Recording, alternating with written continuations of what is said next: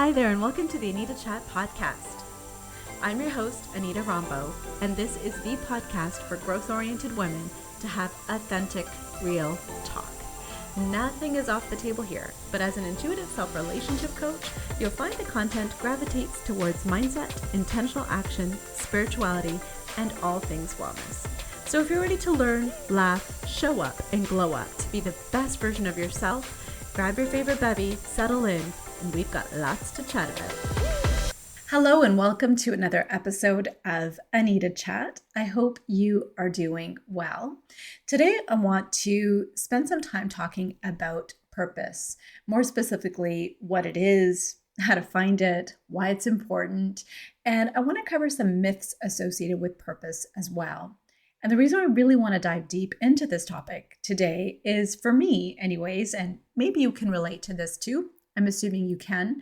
I've always wanted to know and understand what bigger purpose my life is serving and what it is that I'm really meant to do.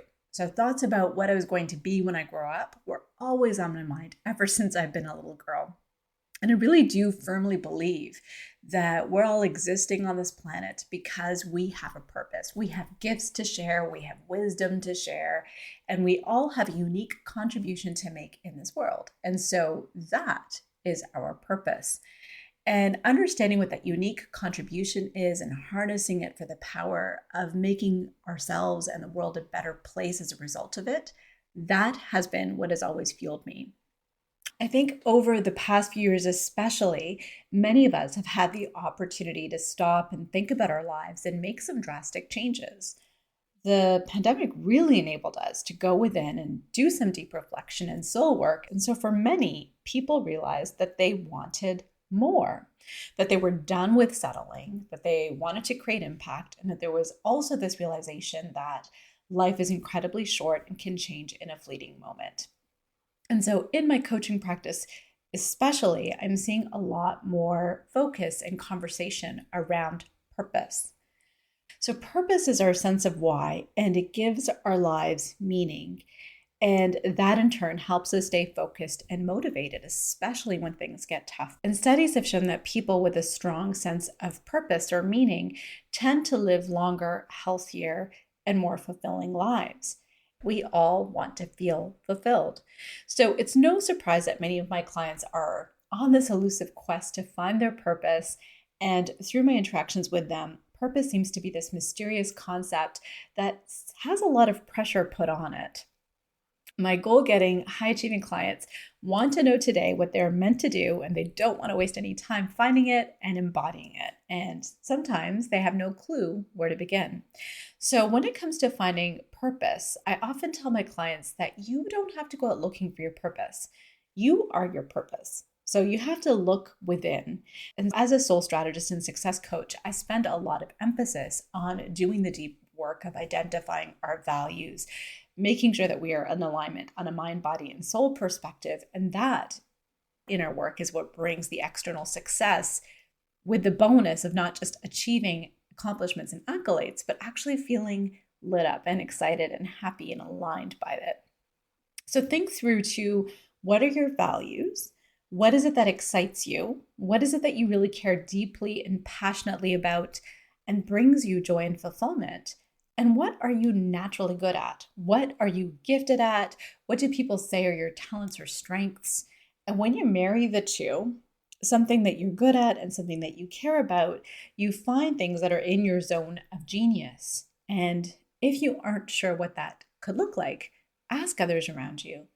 I want you to think back to when you were a kid. What did you enjoy doing?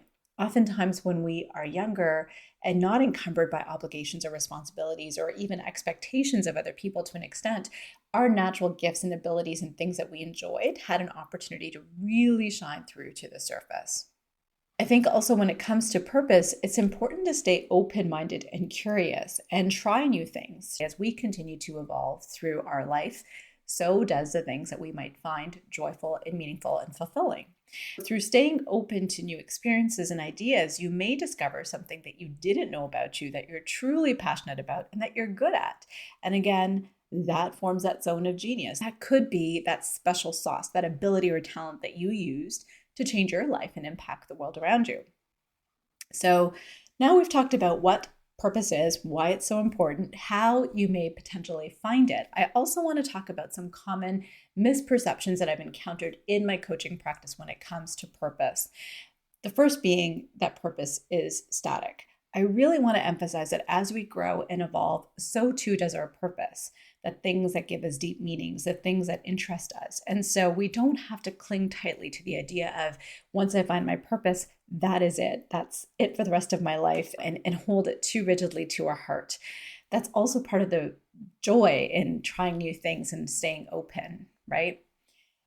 The second misperception that I come across often is that living our purpose involves deeply uprooting our life, especially when it comes to our career. I see a lot of wealthy people think that once they find their purpose, they have to give up their riches and start from the bottom or do something completely drastic or leave their families.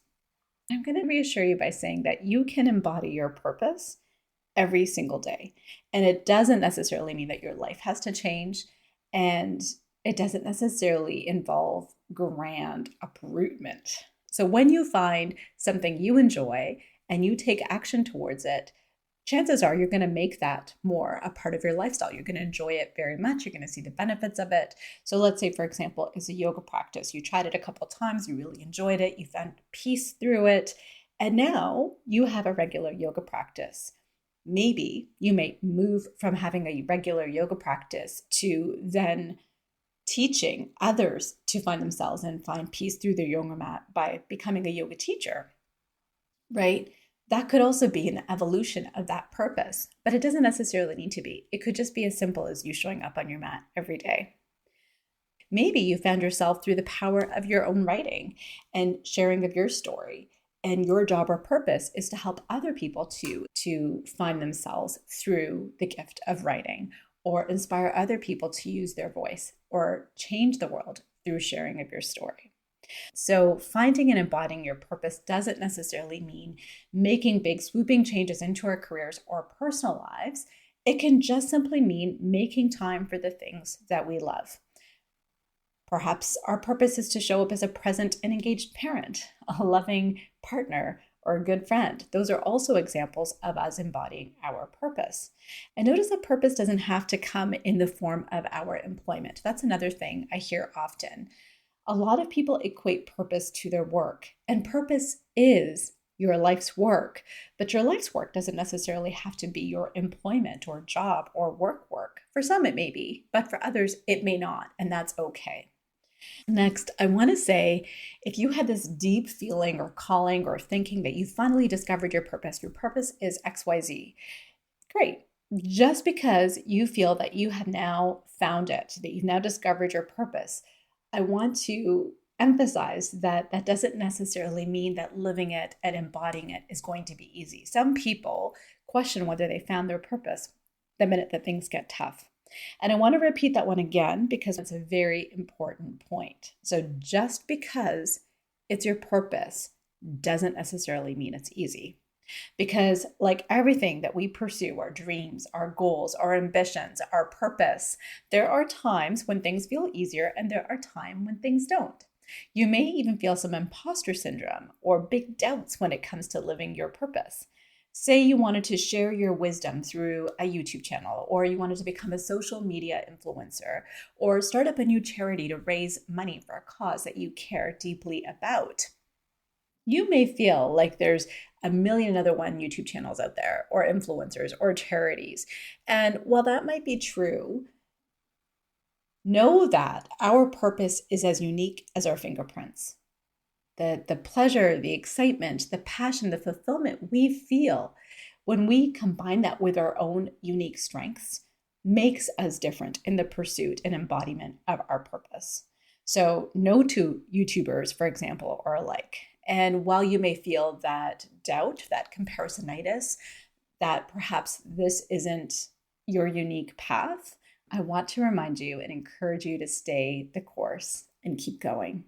And so with that, I hope I demystified and provided a little bit more clarity about this vague, ambiguous, and often abstract term.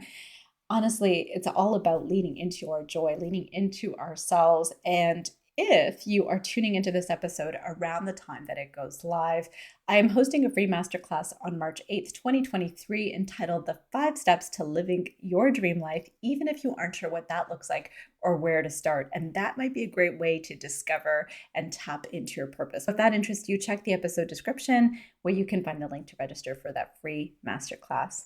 My friends, I will see you next week. Bye for now.